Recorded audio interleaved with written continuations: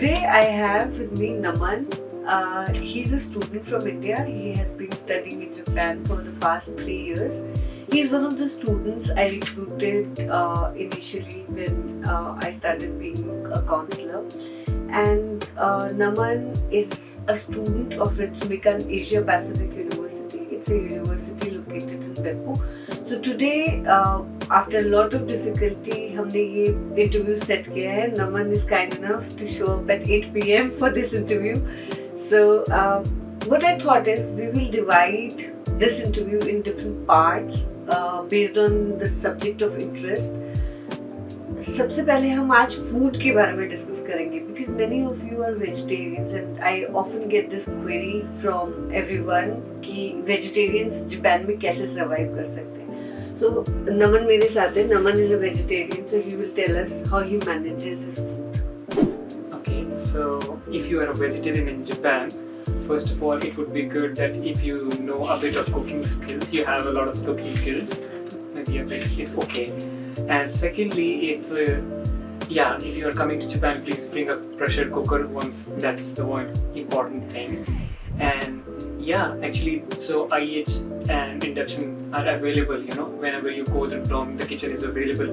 Either it is a common kitchen or it is a personal kitchen. So you can cook there. All the vegetables are available.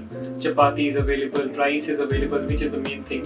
You can get in the supermarket. If you do not know how to cook chapati, you can get chapatis there. You can get chapatis. Yeah, we can get chapatis there. Paratha we can get. And although it's Japan, but there are a lot of Indian restaurants because people like to eat Indian food. So you can get Indian restaurants as well. Here in Beppu as well, we have around many Indian restaurants where you can eat, and they provide authentic Indian food as well because some Indian people are running it. So that's how you manage your food, and it's easy because you get vegetables, you can cook well, you learn eventually.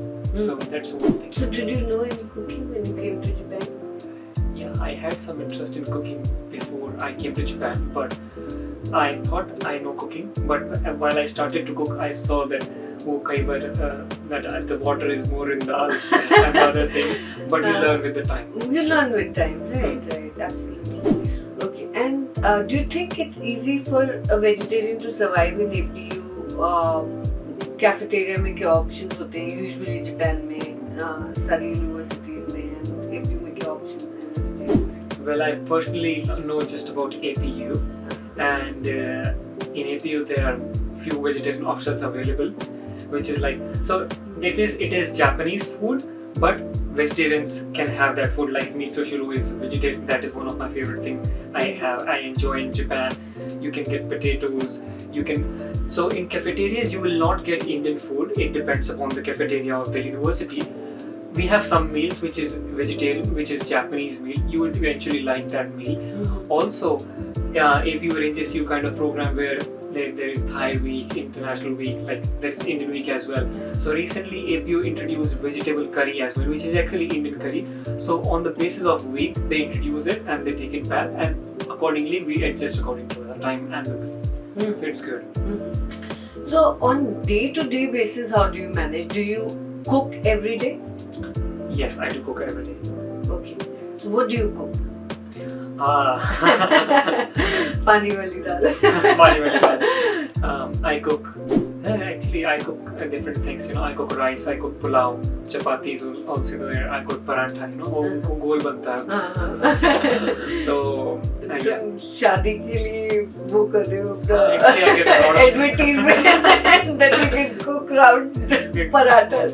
So yes, I cook parathas. You know, they are really good. I have actually an Instagram page as well where I cook and where I post the picture. Like people can see Japanese people. That's really good. Yeah, I have a lot of Japanese friends who are like, I want to eat the Indian curry from Naman, you know. Yeah. So they're happy to eat food. You know, I like cooking.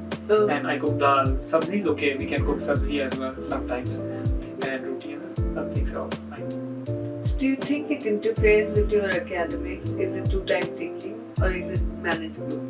Well, in the beginning, like suppose if it depends upon the person. You need to manage your time in accordance to the food. So sometimes it can be difficult to cook as in, but if you can manage your schedule with other things, because in APU when you come you become busy as well. you do different activities as a part of the academics, but it is manageable. I can do that, means other people can also do that. Yeah, you can. The thing is that you cook once a day, you eat it once or twice, okay, and then you can eat once in cafeteria. Sometimes we have food left, we can eat it another day as well in the morning if you are dressed up for the class in the morning. So you can one day prior in the evening, you can cook for the next morning as well. This is how I manage my meal. So it's easy. That's Not true, that. that's true. And we always have those small refrigerators. I also have it in my room.